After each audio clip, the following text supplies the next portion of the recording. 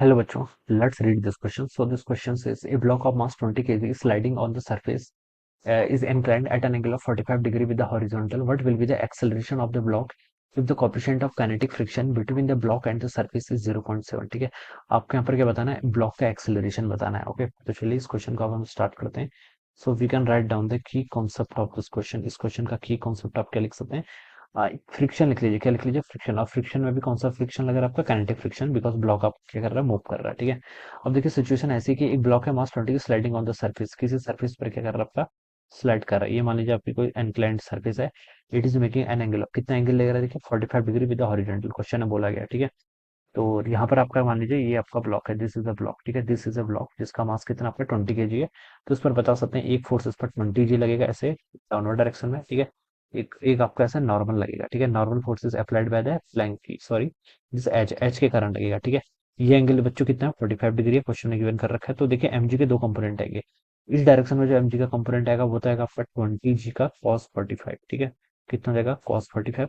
और इस डायरेक्शन में जो आएगा इसे हम क्या लिखेंगे? आपका 20 जी का साइन 45. ठीक है, ये दो कंपोनेंट हो जाएंगे. ठीक है, अब यहाँ पर बोल रखा है कि ये आपका स्लाइड कर रहा है. ब्लॉक क्या कर रहा है? स्लाइड कर रहा है. What will be the acceleration of the block if the coefficient of kinetic friction. ठीक है, स्लाइड कर रहा है डाउनवर्ड, तो उसमें काइनेटिक फ्रिक्शन क्या लगेगा? बैकवर्ड डायरेक्शन में, तो एफ के काइनेटिक फ्रिक्शन होगा. ठीक है, तो बच्चों देखिए अगर हम इसके एफबीडी बनाए तो हम लिख सकते हैं कि टोटल मास इंटू एक्सेलरेशन किसके इक्वल होगा? एम जी साइन थीटा, तो उसको सपोर्ट कर रहा है. माइनस आपका फ्रिक्शन. फ्रिक्शन किसके इक्वल होता है? काइनेटिक फ्रिक्शन की वैल्यू होती है आपकी न्यू के इंटू एन के इक्वल. न्यू के क्या होता है? Coefficient of kinetic friction. और नॉर्मल हम यहाँ से लिख सकते हैं आपका एम जी कॉस थीटा के इक्वल होगा. ठीक है, तो देखिए यहाँ से आपका एम एम एम ये सारी टर्म आपने कैंसिल कर दी.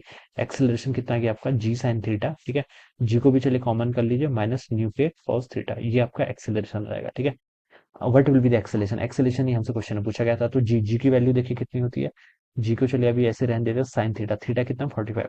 साइन 45 आपका 1/√2 जाएगा माइनस न्यू के कोएफिशिएंट ऑफ फ्रिक्शन देखिए 0.7 के इक्वल दिया है इंटू आपका कॉस 45. ठीक है, कॉस 45 भी आपका 1/√2 के इक्वल होता है. तो यहाँ पर से देखिए ए की वैल्यू हो जाएगी. जी को देखिए आप 9.8 पुट कर लीजिए. ठीक है, और यहाँ से आप देखिए 1 माइनस 0.7 करेंगे तो कितना आएगा? 0.3 आ जाएगा. और √2 आपका यहाँ पर ऐसे हो जाएगा.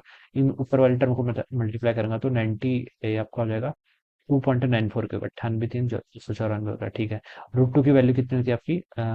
1.41 के इक्वल होती है. ठीक है, इस वैल्यू को देखिए बच्चों अगर हम सॉल्व करें 2.94 डिवाइडेड बाय 1.41 तो इसकी वैल्यू 2.08 के अराउंड आ रही है. कितनी आ रही है? 2.085. ठीक है, मीटर पर सेकंड. ठीक है, तो ये इसका आंसर होना चाहिए 2.085. यस, देखिए सारे ऑप्शन बहुत ज्यादा क्लोजेस्ट हैं. ठीक है, तो लेकिन आपका आंसर देखिए ये आ रहा है बी ऑप्शन. ठीक है, जी की वैल्यू 9.8 ही रखनी पड़ेगी, इसका मतलब ये. ठीक है, कैलकुलेशन भी जरा से भी आपके यहाँ पर मिस्टेक नहीं होनी चाहिए, वरना आपका आंसर देखिए क्या आ जाएगा? रॉन्ग हो जाएगा. 2.01 ए ऑप्शन है, बी ऑप्शन 2.08 है, तो दोनों क्या है? काफी क्लोज आंसर्स हैं. ठीक है, तो बी ऑप्शन इसका बेस्ट आंसर होगा. Alright, so this must be the answer of this question. Okay, तो क्या लिख सकते हैं? आपका option B is the correct answer. So this is the correct answer. So I hope you are understood this concept. All the best and thank you so much.